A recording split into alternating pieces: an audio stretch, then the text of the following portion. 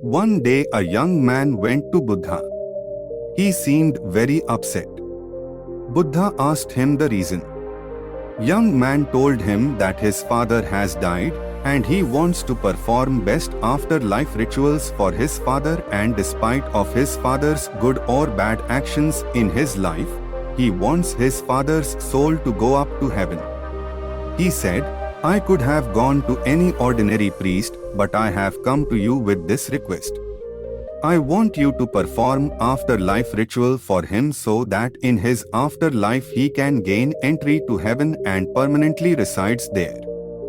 Buddha listened to man and said, "Go to the market and buy 2 earthen pots.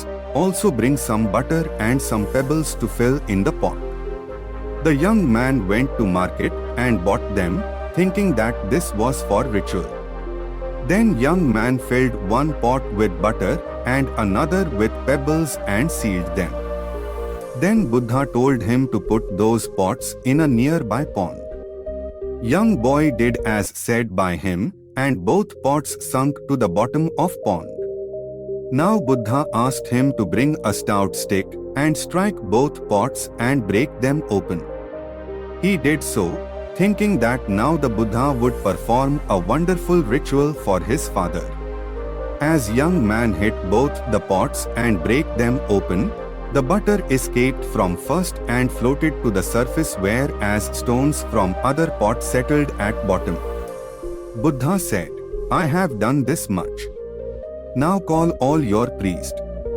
Let them come and pray so that pebbles can rise to the surface and butter can sink to bottom." Young man replied, "Are you joking? How is it possible? It is against law of nature. Pebbles are heavier than water, they are bound to stay down, they can't float. Whereas butter is lighter than water, it is bound to go up and float on water, it cannot go down." Buddha replied, "Young man, you know so much about nature, yet you do not want to understand the law that is applicable to one and all. If your father kept performing bad actions like pebbles and stones, he is bound to go down. No one can pull him up. And if he kept performing good actions which are like butter, then he is bound to go up. No one can push him down. This is law of karma."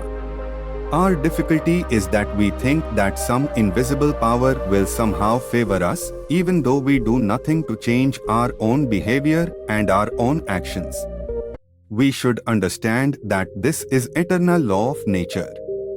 People expect good outcome even for bad karma they have performed. But they forget that fruit depends on our actions.